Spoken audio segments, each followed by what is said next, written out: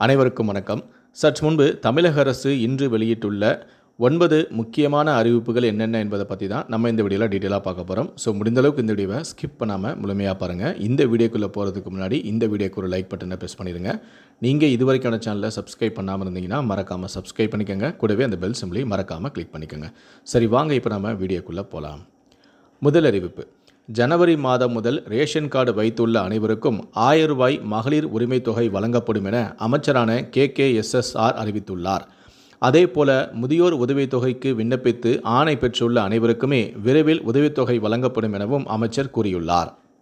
இரண்டாவது அறிவிப்பு: சென்னை பெருநகர ஊர்காவல் படையில் சேர விருப்பமுடைய ஆண்கள் மற்றும் பெண்களிடமிருந்து விண்ணப்பங்கள் வரவேற்கப்படுகின்றன. 18 முதல் 50 வயதிற்குள் இருக்க வேண்டும். 10ஆம் வகுப்பு தேர்ச்சி பெற்றவர்கள் அல்லது தவறியவர்களாக இருக்கலாம். இரவு ரோந்து பணி, பகல் ரோந்து பணி, போக்குவரத்து பணிக்கு 560 ரூபாய் சிறப்பு படி வழங்கப்படும். விண்ணப்பங்களை நவம்பர் 14 முதல் ஊர்காவல் படை அலுவலகம், சைதாப்பேட்டை காவல் நிலைய வளாகம், சென்னை 15 என்ற முகவரியில் இலவசமாக பெற்று வரும் டிசம்பர் 23ஆம் தேதி மாலை 5 மணிக்குள் நேரிலோ அல்லது தபால் மூலமாக அனுப்பலாம். மூன்றாவது அறிவிப்பு: பள்ளிகளில் 10,000 போலி ஆசிரியர்களை கொண்டு பாடம் நடத்துவதாக சமூக வலைத்தளங்களில் பரவும் தகவல்கள் முற்றிலும் உண்மைக்கு புறம்பானது என பள்ளிக் கல்வித்துறை விளக்கம் அளித்துள்ளது. பள்ளிகளில் வெளிநபரை கொண்டு ஆசிரியர்கள் பாடம் நடத்தினால் ஒழுங்கு நடவடிக்கை எடுக்கப்படும் எனவும் பள்ளிக் கல்வித்துறை உத்தரவை பிறப்பித்துள்ளது. நான்காவது அறிவிப்பு: வங்கக்கடலில் நிலவிய காற்றழுத்த தாழ்வு பகுதி வலுவிழந்தது என வானிலை ஆய்வு மையம் தகவல் தெரிவித்துள்ளது. இதன் காரணமாக வரும் 16ஆம் தேதி வரை தமிழகத்தில் கனமழைக்கு வாய்ப்புள்ளதாகவும் கூறப்பட்டுள்ளது. ஐந்தாவது அறிவிப்பு: NSS, NCC, ஸ்குவாட் மற்றும் கைட், JRC போன்ற அமைப்புகளின் செயல்பாடுகள் மற்றும் விளையாட்டுப் போட்டிகளின் காரணமாக பள்ளியை விட்டு முன் அனுமதியின்றி மாணவர்களை அழைத்துச் செல்லக்கூடாது. ஒழுங்கீனமாக நடந்தால் குற்றவியல் நடவடிக்கை எடுக்கப்படும் என பள்ளிக் கல்வித்துறை அதிரடியாக அறிவிப்பொன்றை வெளியிட்டுள்ளது. ஆறாவது அறிவிப்பு: காவலர்களின் வாரிசுகளுக்கு கல்வி உதவித்தொகை.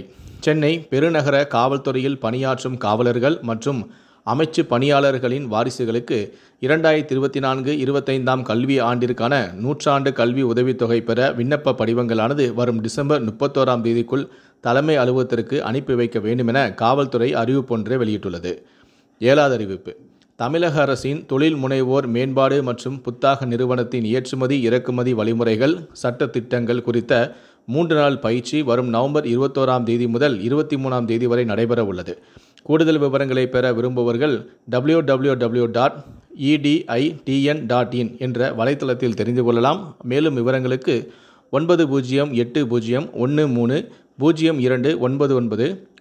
9080609808 இந்த எண்களில் தொடர்பு கொள்ளலாம் எனவும் அறிவிக்கப்பட்டுள்ளது.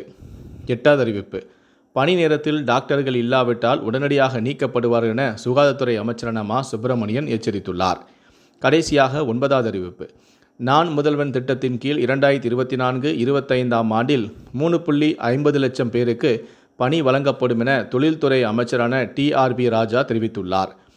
பொறியியல், கலை, அறிவியல் கல்லூரிகளைச் சேர்ந்த 3,50,000 பேர் பணியமர்த்தப்படுவர் எனவும், நான் முதல்வன் திட்டத்தில் 38 லட்சம் மாணவர்களுக்கு தொழில் சார்ந்த திறனுடன் பயிற்சி அளிக்கப்படும் எனவும், ஆண்டுதோறும் 14 லட்சம் பேர் என்ற வகையில் 38 லட்சம் பேருக்கு பயிற்சி அளிக்கப்பட்டு வருவதாகவும் அவர் தெரிவித்துள்ளார்.